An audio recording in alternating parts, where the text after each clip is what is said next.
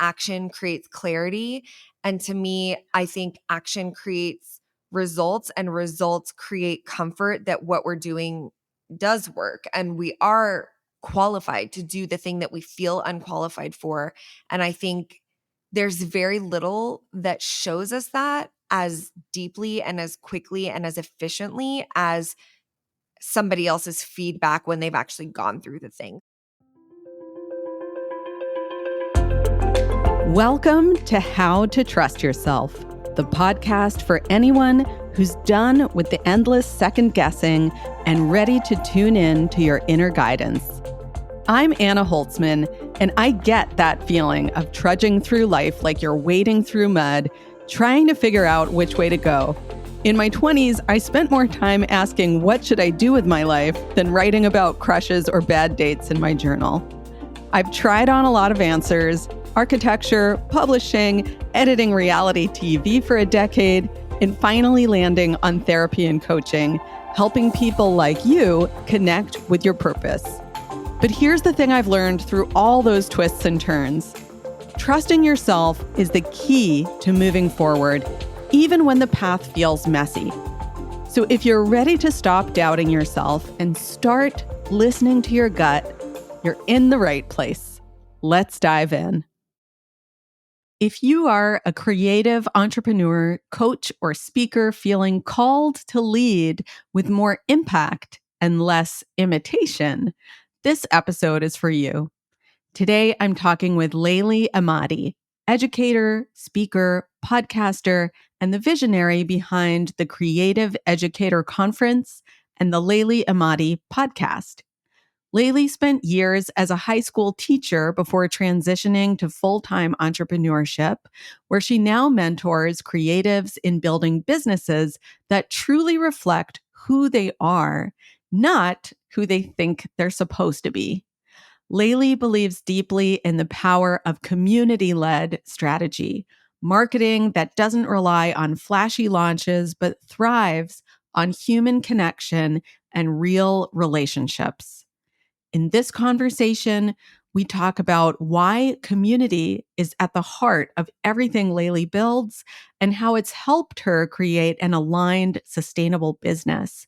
How to show up as your actual self, not a polished version, and escape the shoulds around visibility and success. The most common challenges that Laylee sees in her clients, like imposter syndrome and fear of taking up space, and how she helps them move through those challenges.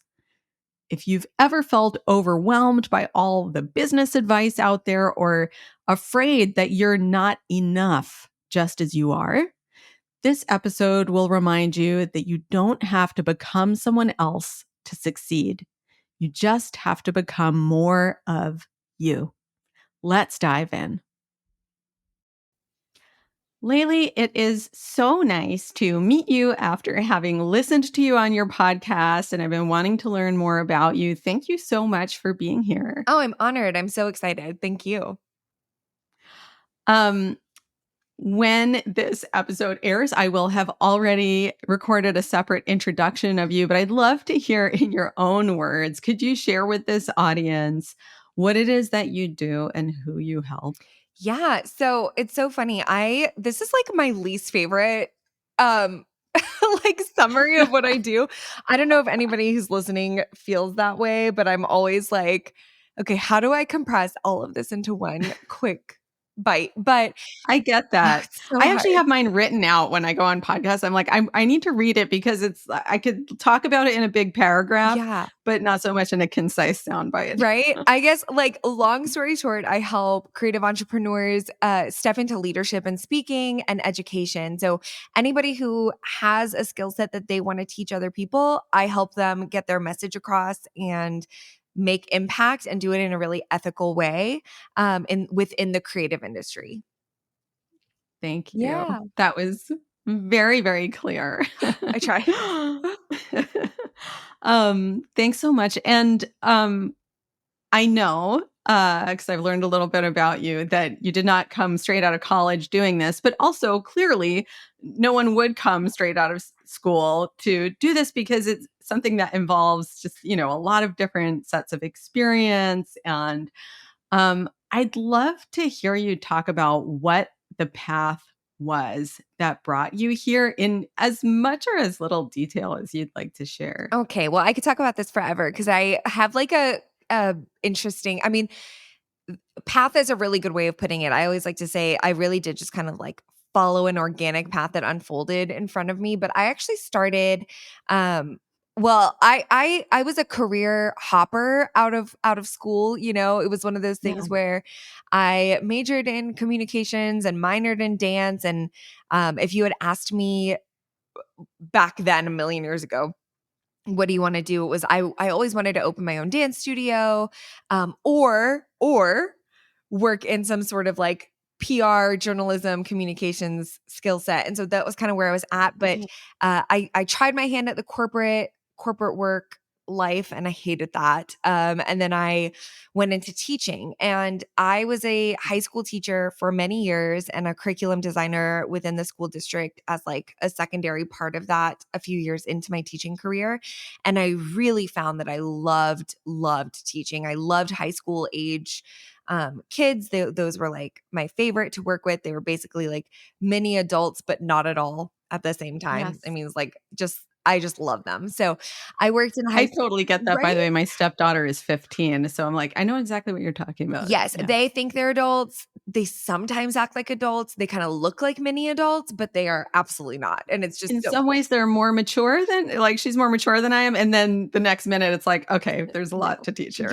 Yeah. I'm like, okay, you're not there yet. But it's so Yeah. fun. It's fun to work with that age group. There's like a lot of impact to be made in that group, and I loved it so much. And at the same time, probably I mean, maybe like 6 or 7 years to my teaching career, I loved photography as a hobby and started picking up like freelance clients, and it was just kind of like a side hustle. And then that really took off, and I found myself really loving that. And then I was like, well, let me kind of like see where this goes as like a part-time thing.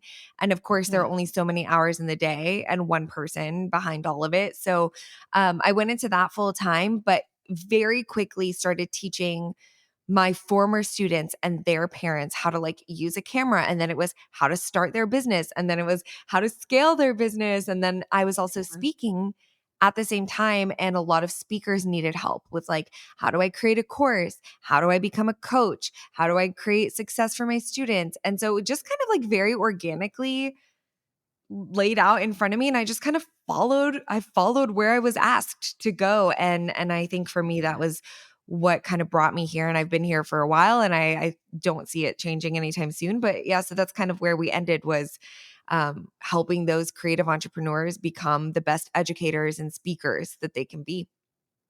Yeah. Amazing. And what does that tangibly look like today? Like, flash forward to today, like, what does that look like on a granular level? Yeah, so we have our conference, which is like my pride and joy, my love. It's such a labor of love, honestly. It's probably I put too much into it, but I love it. Called the Creative Educator Conference, and within the creative, quote unquote, creative educator sphere that I've kind of created for myself and for our community, we have our Yeah. community, which is called the Educators Lounge, kind of like a play on the Teachers Lounge because of obviously my background in teaching. And then I have coaching programs, a group coaching mastermind program for speakers specifically, a course for speakers called the Sought After Speaker System, and uh, multiple other little offers here and there. But the main thing, is I think that ties it all together is probably the Educators Lounge and the conference, because that's kind of where people are Yeah. ongoing, being able to like, communicate with each other and really be in community as educators. Yeah. Thank you for laying that all out. Yeah. There's there were a couple of things you said that I was like, "Oh, I really want to follow up on this." Because you were saying that you just followed an organic path that brought you to the next thing and that brought you to the next thing. And when you were talking about the photography, you were like, that just really took off. Not like I engineered it to take Yeah. off, like that took off and I followed it. And I was really intrigued by the descriptions there because I know that I've been such a career hopper. I really relate to that. I've had many different stops along the way, and they may or may not seem like they would lead into each Yeah. other. But there certainly have been times when I felt like, oh, this thing that I maybe wasn't even directly planning on, like it just kind of like is happening. And so I'm just going to follow it. And then other times where I'm like, I want this thing to happen and I am trying to get it to happen. It's just Yeah. not working. You know what I mean? Mhm. Like what do you think is the difference, and how have you I don't know, can one reverse engineer things flowing, or is there a way to tune in to how to follow what's flowing in your experience? That's such a good question. As you were kind of describing it, I was thinking through and I was like, "Oh, I think when I say that, I mean it. Like I really followed the flow, but at the time it might not have always felt like it was flowing."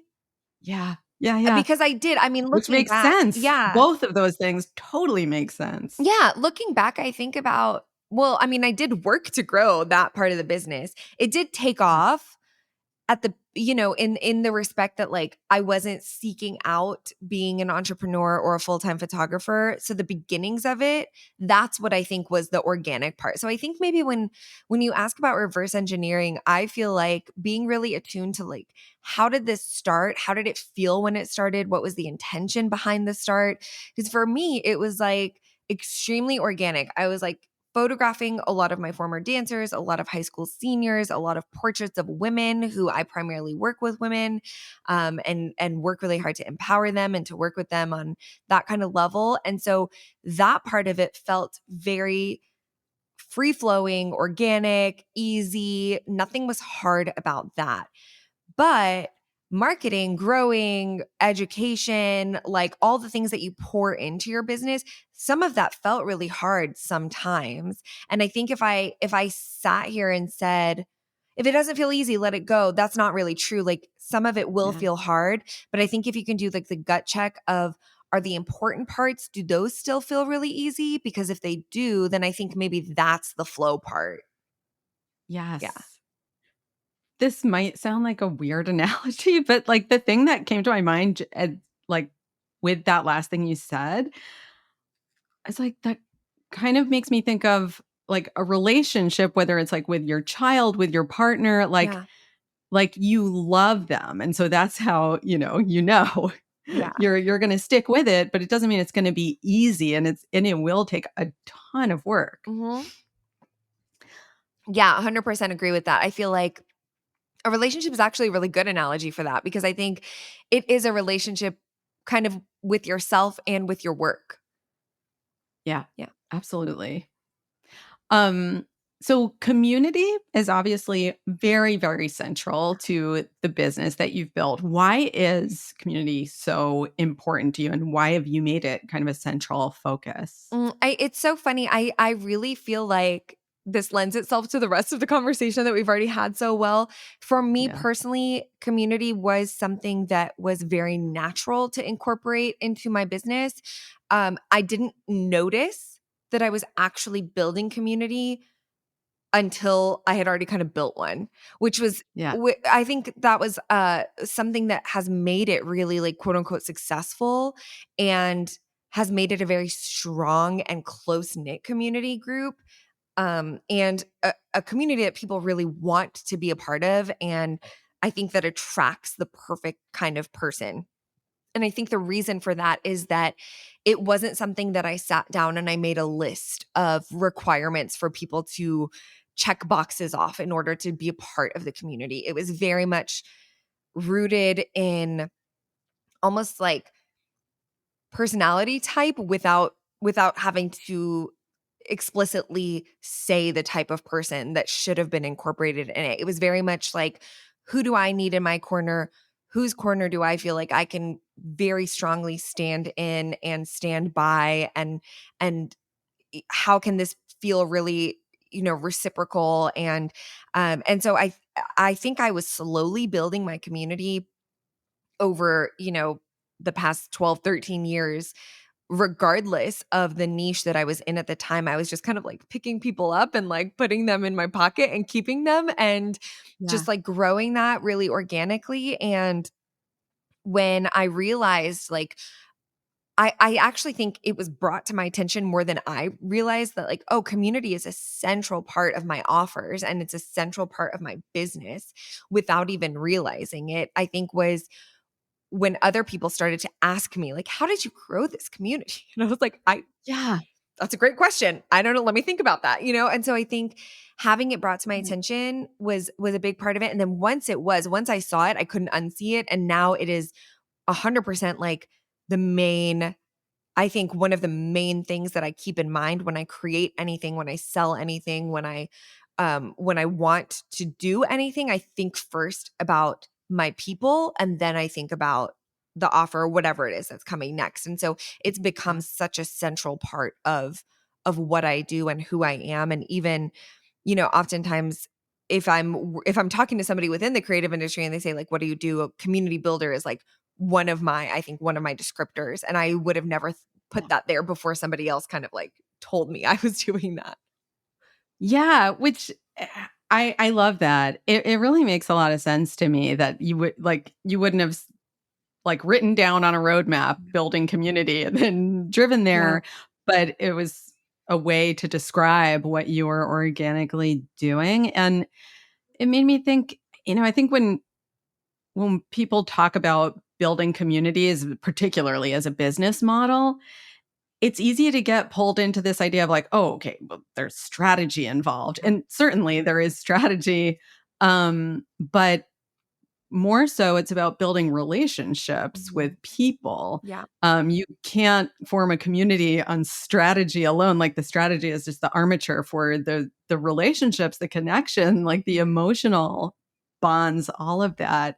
Um, was having a conversation with a colleague recently, and she was telling me like, I actually want to work with like I want to coach my peers, but then I'm afraid I won't be able to be friends with them anymore. And there's like this, I don't know, this sense that a lot of people have that when you're doing something that is business or that's professional, then like you and the other person no longer have a human to human connection. Yeah. Yeah. I mean, that is 100%. I feel that really deeply. And it's funny, I actually was telling someone the other day on a conversation about how most of my really close friends, like 60% of them at this point started as coaching students. And like I wouldn't Amazing. necessarily like suggest again seeking that out, but if it organically Yeah. happens, like it's just going to happen sometimes. Yeah, and I think that's so beautiful. I mean, it's a testament to the realness of the relationship. Yeah. I also love it too coming from, many different professional backgrounds, but, among them, I'm a licensed therapist, and in that world, I remember I said recently, I'm like in a chat room for other therapists, and I was talking about some client situation. I was like, I deeply love this client, but XYZ happened. And someone commented, like, you love your client? That's a little unprofessional. And I was like, this is why I prefer coaching. Yeah, yeah, for sure. I mean, I will say, like, it's funny because my therapist would literally, like, I'm pretty sure she would ignore me if I saw her out in the world, but I Yeah. want to be her friend. But you know, it's cool. Yeah. I mean, that's what therapists are trained to do. um, So I want to ask this question. Like you so clearly in this conversation, in interviews that I've listened to you speak in, and episodes of your own podcast, it's so obvious that you, Laylee, are showing up the same way in your business as out for coffee with Yeah, friends. Like you have created a business where you're showing up as your real self. You're doing work that you actually enjoy. Um, for folks out there who would love to be experiencing that and they're not sure if that's possible or how it's possible, like how do you um escape that like tyranny of shoulds that I think we all experience and we all have to navigate, right? yeah. Oh, it's honestly it's so hard, and I do think I love and hate this answer, but I think a lot of it is practice and time of and I don't mean practice like you're practicing pretending something. I mean like Yeah. the actual practice of showing up online in a way that feels really authentic to you. And I say authentic, and I in the way that I know that that word gets thrown around a lot, especially with social media and marketing and like I be know. authentic. I know. I also can't find a good replacement for it. 'Cause it really is what it is. Like, Yeah. it at its core, like, I want you to take the word before it was ruined and, like, really think about, who am I over coffee? Like, if you were to come into my home today, would I treat you the same as I would have this conversation on the podcast? And for me, the answer is yes, and has been yes for, like, a decade. But I remember in the beginning, um, even my family members, my mom, they would be like, "You're so, like, different online, like, you really, like, you're trying to be so professional," or like, "I hear your voice change," or whatever, and obviously there's, like, parts Yeah. of that that you can't avoid, but I think for me, it was nerves, and that's what was coming across, and I was just so nervous all the time, and so I would try Yeah. really hard to, like, not rock the boat and, like, not say things that would, like, make someone have any kind of a, like, reaction. I would just try really hard to be, like, cut and dry, and I was like, "You know what? This is exhausting." It was so Yeah. exhausting. And so I thought it actually became easier to just like make that a daily practice of I'm just going to show up and I'm going to be who I am. And I, I don't know how it's going to pan out, but it actually, like you said, I get that all the time is when people show up, to the conference or to something that I'm speaking at and they're like, wow, you are literally the exact same person. And I've seen the opposite happen in my interactions with other people where I'm like, this person is nothing like like how they represent themselves online. And I think there's very little that's more disappointing to me than when I meet somebody and I have that response. I'm like, I wish they were the same Yeah. person, or I wish they were who they are here, like whatever you're hoping to get out of that, dynamic. I want at the end of the day everybody to be able to say like, "Okay, I already knew this person. Like I felt like I knew them and now I actually have met them and I can say like this is exactly what I hoped to walk away with." So I think my advice would just be get into being okay being uncomfortable in the beginning and just try really hard to, even if it's like bite-sized increments of just showing who you are, sharing who you are. And I don't even mean like sharing the actual information, but sharing your personality in the way that feels really, really natural to you. A quick pause here because I want to invite you into something that I think could shift the way you feel about showing up. If you're a sensitive creative or entrepreneur, and the idea of being really seen and heard brings up fear, resistance, or that, oh no, not me feeling, you are in good company. My free visibility workshop, Let Yourself Be Seen, is all about making visibility feel safe to your nervous system and true to you. We'll explore how to work with fear as a doorway into more authentic self expression so you can share the work that matters most to you without pushing, pretending, or burning out. You can save your spot or catch the replay at annaholtzman.com/be seen. Okay, let's get back to the conversation. Yeah, I love that you illustrated that connection for us that like when your public persona is like not in sync with your real self. I mean, sure, for some people, maybe it's some form of manipulation and they're like doing it on purpose, but I think for most people, certainly the type of people who listen to this podcast, it's Yeah. nerves. When we're nervous, we feel detached from ourselves and like we're floating in outer space and we're monitoring our voice and our language.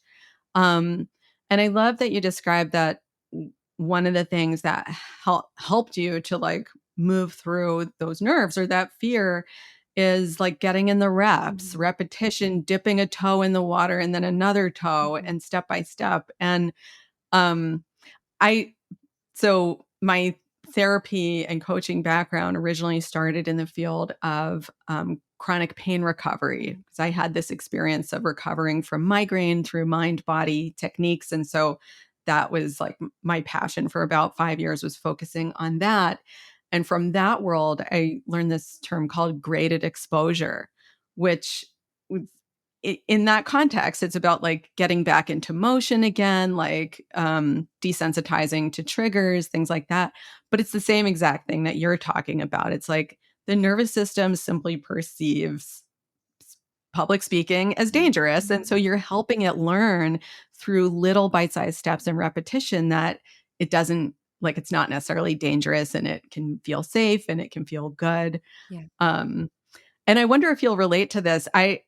So I relate to that, and I also find that like co-regulating with whoever I'm talking with also helps my nerves. You know, like when we first got onto this call together before I hit record, we chatted a little. I could feel your warmth, like get a sense of your personality.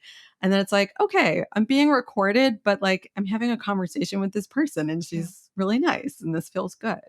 Yeah, for sure. I mean, and I think the goal in any of this is to get to the point where you like almost forget that you're being recorded in any Yeah. capacity, which I've like kind of forgot till you just said we're being recorded.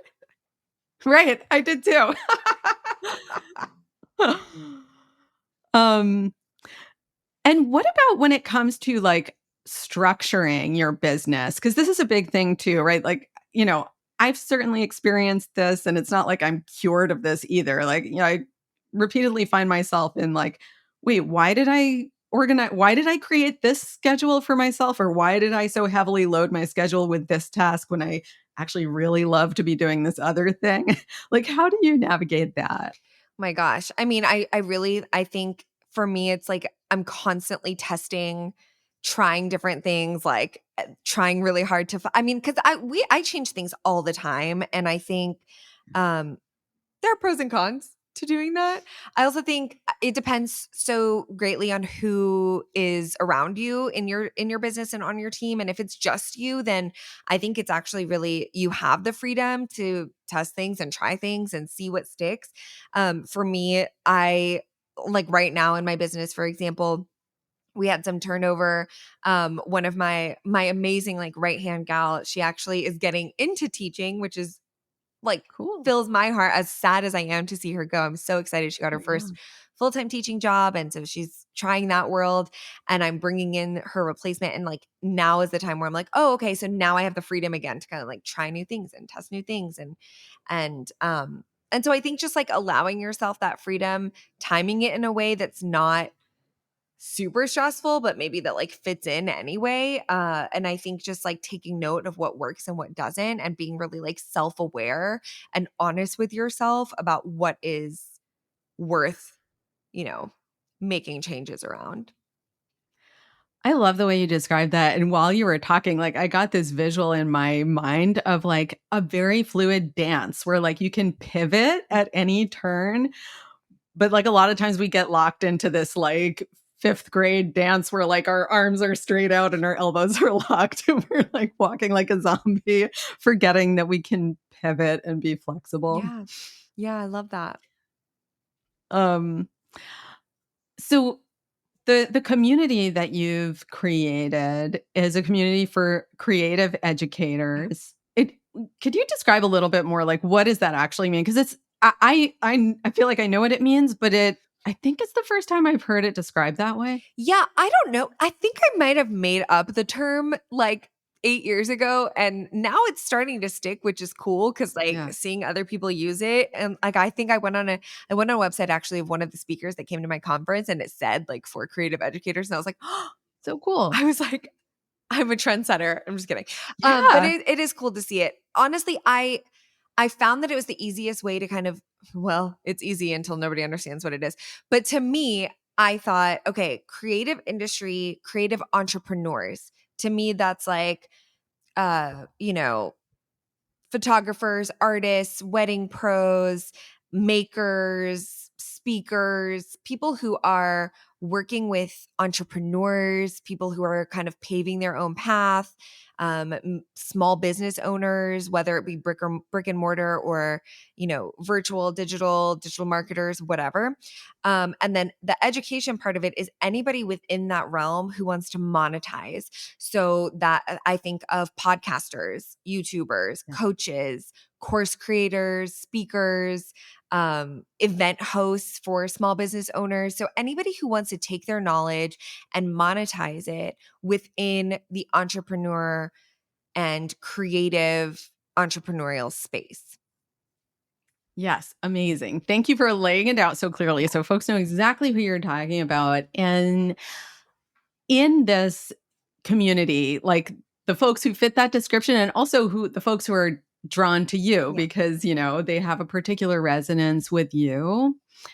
What are the most common challenges that that person is bringing into the community? Whether it's, I don't know, like imposter syndrome, fear of taking up space, something totally different. Like, what are you seeing in terms of challenges? And then how do you help these folks move through those challenges?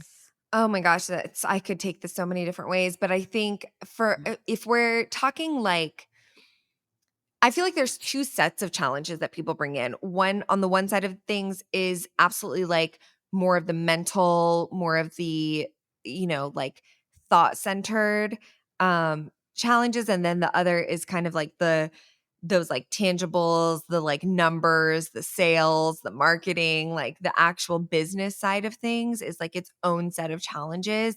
I actually really love that you brought up, and obviously like because I think with your background that's like where you go, right? But like Yeah. imposter syndrome 100% is like front and center, and it's so, I mean, it's not funny, but it's interesting because I do primarily, and there are men in our community, but it is primarily women. Yeah. And everyone is welcome in our community, but I just think that's like who we attract. But for example, I'll talk to my husband about it and I'll be like, I'm still struggling with imposter syndrome. I'm in the middle of like launching this course. And he's like, what? Why? Like, this makes no sense. He literally cannot see why I Oh, would ever have him. But he's like, I don't understand. And I'm like, what I'm do sorry. you That just cracks me I'm up. literally like, what do you mean you don't understand? I'm telling you what I feel. And this, by the way, this Yeah. feeling that I'm talking about me as an example, but it is constantly brought up in our coaching calls inside the community. And almost all of the women in the group feel this at some point on some level. And it's just it's so interesting. He literally will be like, but the facts, like these are the facts. Like this is how many years of experience you have.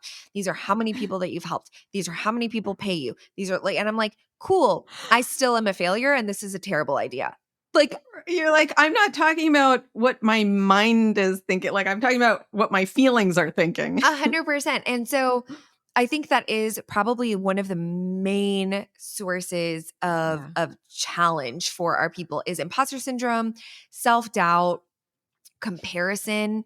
I mean, I think they're all symptomatic of like one bigger picture, right? And so Yeah. I think being in a leadership position, because most people who enter our community are educators or are wanting to be educators. Most of them already have some sort. It's not like that we do have like the people who are wanting to dip their toe in, but almost all of the people in our community are established entrepreneurs. So it's not like their first time doing something, in this Yeah. sphere. It's that this is like the next level for them. And so they are stepping into or are currently in a leadership position within their own community and their own little sphere of influence. And Yeah.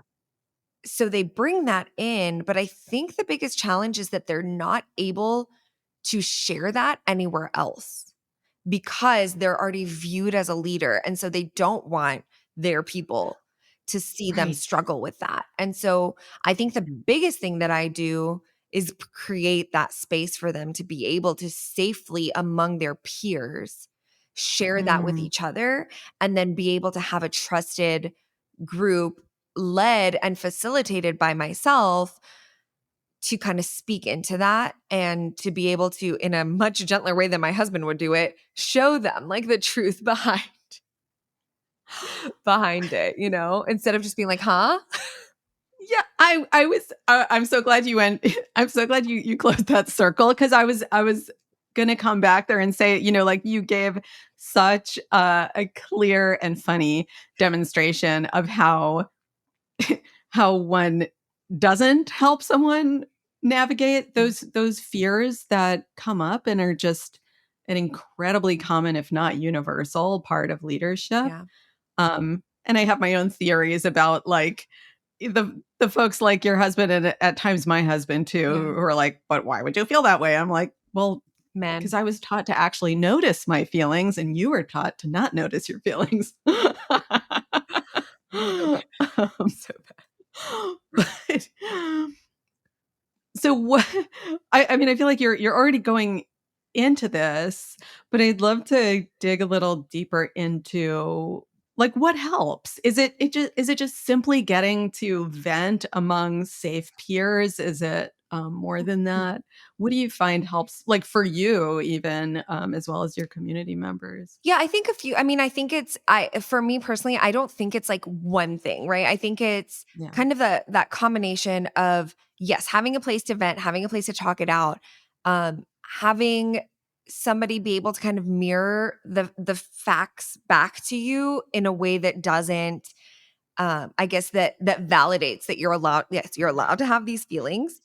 They are normal. However, like, let me ask you these, and this kind of like the prompts that I'll take Yeah. people through, or and that I'll take myself through, is like, okay, what are your qualifications for this? Do you have them? Like, have you seen the results? What were those results? And just kind of prompting people through the thought process of like, oh, I can negate my own self-doubt with this factual information, and being able to prompt them through that and have them kind of think through it, talk through it, and feel validated in it. That's kind of one part.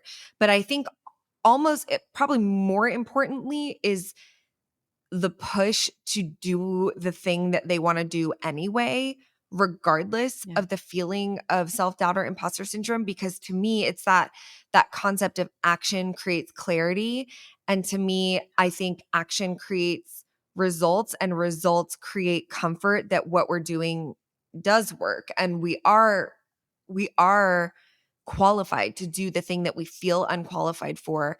And I think there's very little that shows us that as deeply and as quickly and as efficiently as somebody else's feedback when they've actually gone through the thing. So like an example of that is, I like to use myself as an example because it just feels better than throwing somebody else under the bus. I'll throw myself under the bus all day long.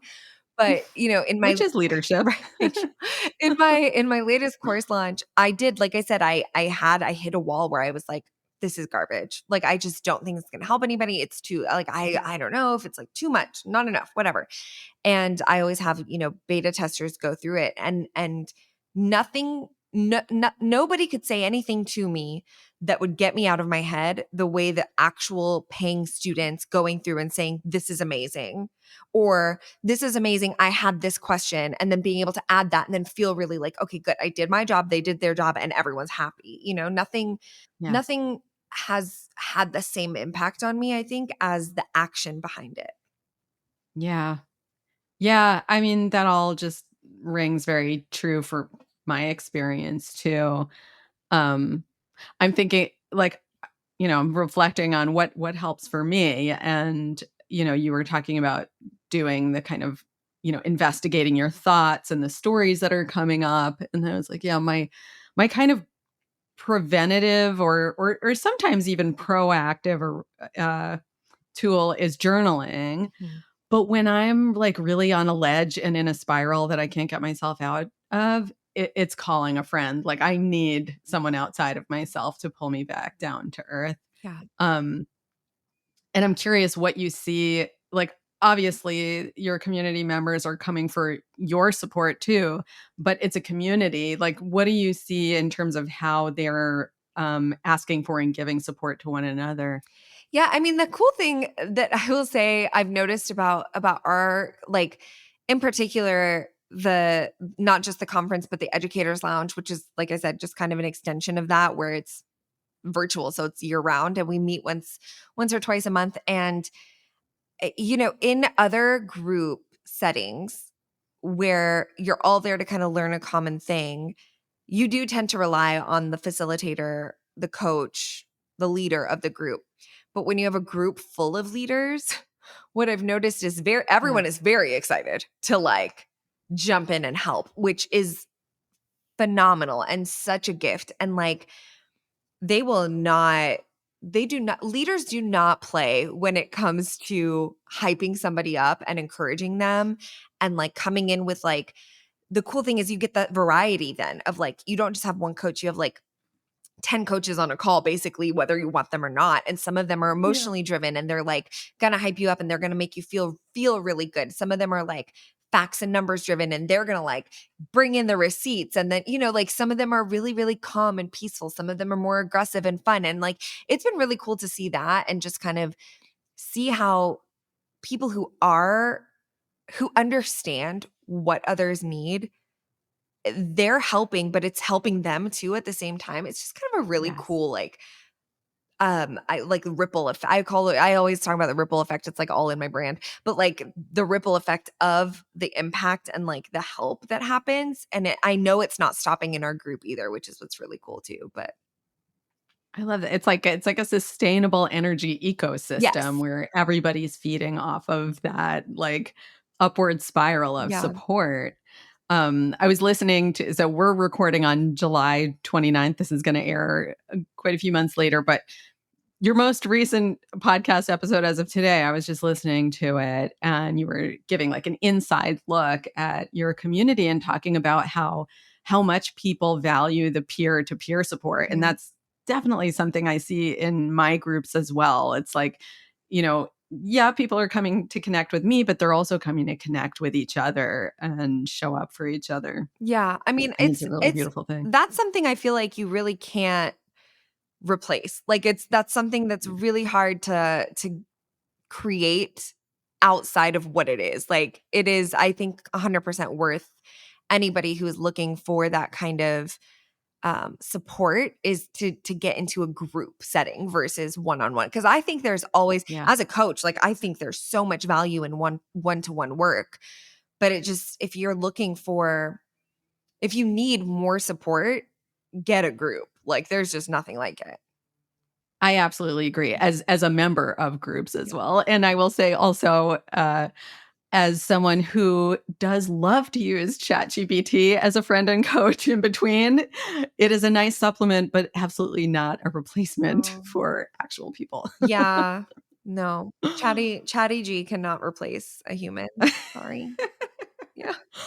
Um, I'd love to invite you to talk about some transformation stories that you've seen from members in the group that will maybe inspire listeners to imagine what's possible for them through joining your community, through joining a community and getting this kind of leadership support. Oh my gosh. I have so many I could share. I'll share the one that comes to mind actually. I'll say is I got to kind of watch one of my members go through from ideation to execution of creating her own membership community.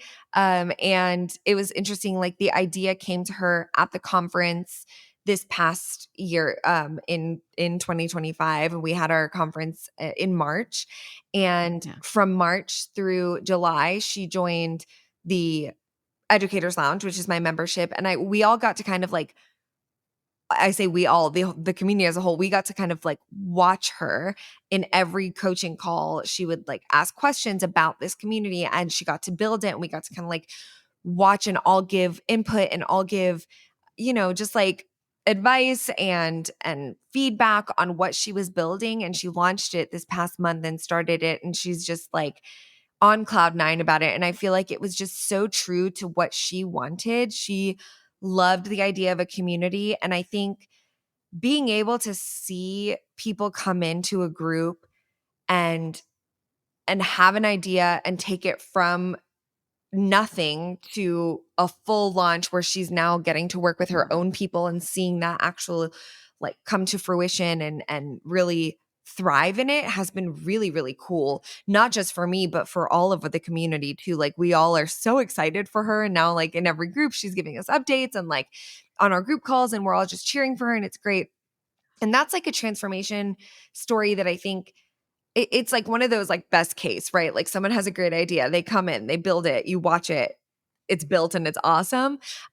Another like as I'm thinking about it, like the juxtaposition of that has been seeing transformations of people coming in with one idea and then working through that it's maybe not a great fit and then completely trying a new Yes. thing. So that's been really cool. I love that you shared that juxtaposition, by the way, because I think in whatever journey we are on, whether it's building a business or, healing a part of our life or whatever, um, I think it's very easy to fall into this trap of thinking like, it's got to go perfectly Yeah. the way that I planned. And if it doesn't, it means I'm a total failure and I should never try this again. And it probably won't go perfectly. And I'm Mhm. putting all this pressure on it. And Yeah. again, you're bringing in this idea of like the pivot. You learn, you pivot, Yes. take the next step, see where it goes, and decide what to do from there. Yeah, I mean, and I think that's something that, for anyone listening who's like, I don't know what group to like find a group, find some kind of system and community to be a part of. And I do think finding a community that's very well aligned with your goals and with where you want to be and where you think you're at, like it just really does show you, like you said, you kind of do a lot of self discovery through it, whether you intend to or not. Yeah. And the story that the person that came to mind when I was saying, you know, coming in with an idea, it is easy to want to replicate whatever it is that you're seeing. And so most people who join the community, they're like, well, I need to make my own community.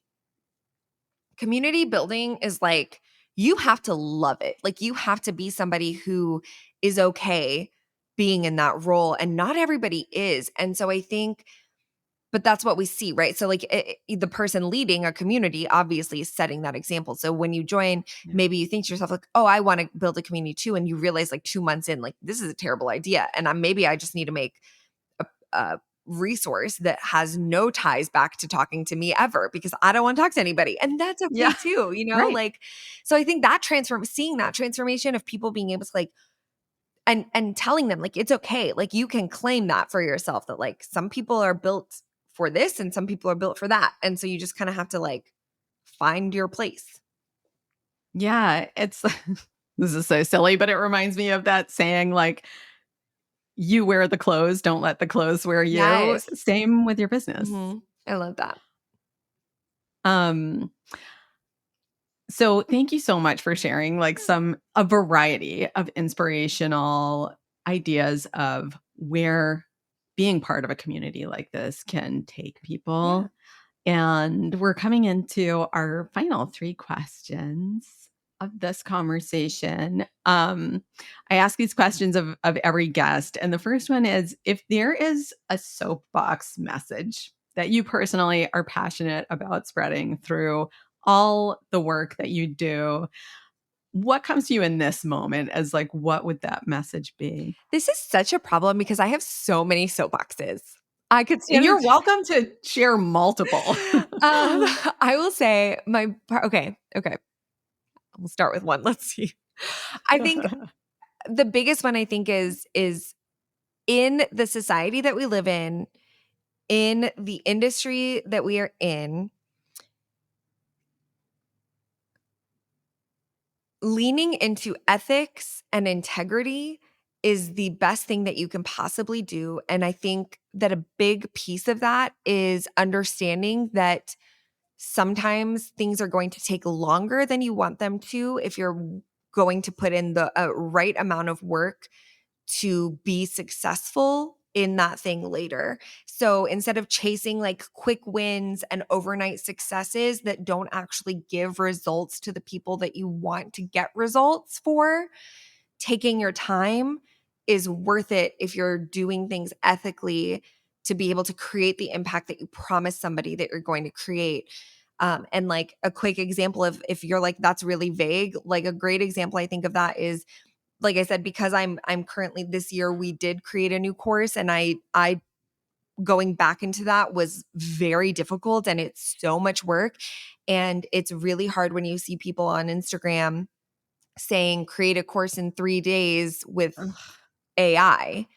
And I I know. was like, you know what? Let me go into AI and see what it spits out for my course. And it was absolute garbage. And if I had just put that into Kajabi and sold it, maybe I'd make sales, but that's not creating transformation impact and it's absolutely not ethical. And so it was a lot harder to do it my way, but it's going to Yeah, be better because my reputation will not suffer. People will get what they're paying for. I'll be able to sleep at night and the industry can continue to thrive versus if I just give them something that's like halfway done. You know what I mean? So like that's my soapbox is totally. like just do it right even if it's harder. I really appreciate that soapbox. And I mean, it is just so rampant, right? We all know it. We've all been barraged with these messages of like, uh, get rich quick in, 20 minutes or Yeah. like build a whole business in 2 days or, y- you know, heal your health condition in 1 week by Yeah. like buying this $8 million powder, whatever. Mhm. And we know it's all garbage, but Yeah. it's preying upon this desire that, is understandable Mhm. to skip the discomfort of the Yeah. discovery process. Yeah, and it is when you say it's preying upon that desire, like it truly is. I mean, I think there's a reason that a lot of like that these things are phrased this way. If something sounds too Yeah. good to be true, it probably is too good to be true. And I know the appeal is there. Like, yes, of course, would I have rather have finished a course and sold it in 48 hours or 72 hours?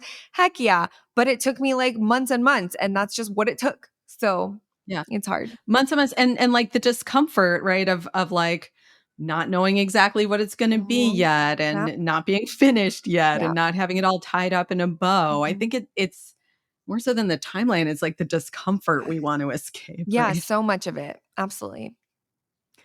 Um, Next question. For the listener who is listening to this conversation and things that you're saying are sparking something for them, they're feeling inspired, they're maybe thinking about joining your community. They want to take steps forward, but they're also feeling overwhelmed. Maybe the imposter syndrome is, like, I don't know if I could even join a group like that. Yeah. They don't know where to start. What words of encouragement would you offer that person? I would honestly just encourage you to take the teeny tiniest little baby step toward that end hope or goal or if you're feeling like drawn towards something. So, for me there are and not just in my community but in others I know, like for us we do like a 10-day free trial. Like sign up for a free trial. Set an alarm to cancel it in 10 days, so that you don't get charged for it, but you're able to just kind of like dip a toe and see like, is this a good fit?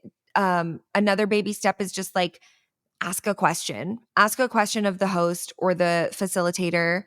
Um, See if it's a good fit, and I don't even want to say do your research because I think that's more than a baby step. Like a baby step is ask one question or like read one website sales page. You know what I mean? Just do like the bare Yeah. minimum and see like how do you feel after that baby step? Because like I said, I really do believe that action creates clarity and it creates confidence. And so I think the more little action steps you can take, the more it adds up and really kind of like makes you feel confident in making decisions moving forward.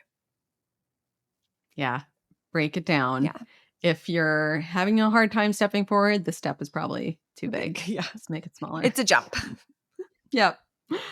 And finally, where and how can people find you? How can they join your community? How can they attend your event? What are any other ways they can connect with you? Yeah, you can find me at layleeemadi.com. Yes, there are 3 E's in a row. It's a lot. But over on Instagram, I'm Laylee_Emadi, and I love connecting over there. But you can find all the information anywhere. Really, I'm like pretty easy to find. There's not a lot of Laylee Emadis in the world. But yeah, I mean, we welcome all nice people. All nice people, good people are welcome in our group, and we love our fam. Awesome. Yeah. And folks can try out your community with the free trial that you spoke about. Yeah, absolutely. It's you can find that on our website too, and it's just a nice way to kind of see what you're getting into, because I am one of those people that I'm like, give me all the information before I give you my credit card. I love Yeah. that. Very trust building. Yeah. Laylee, I'm so glad that I've gotten the opportunity to meet you and chat with you. It's so fun. You're such a pleasure to chat with. I can completely understand why people are drawn into your community. Thanks for being here, and I look forward to staying in touch. Thank you so much. This was so fun. If you enjoyed today's episode, please do me a favor. Hit that follow button so you don't miss a thing, and leave a rating or review. It helps more people find this show, and honestly, it makes my day. And if you're looking for more ways to trust yourself and start listening to that gut instinct of yours, come hang out with me on Instagram at Anna_Holtzman. Let's keep the conversation going. Thanks so much for listening, and until next time, trust yourself. You've got this.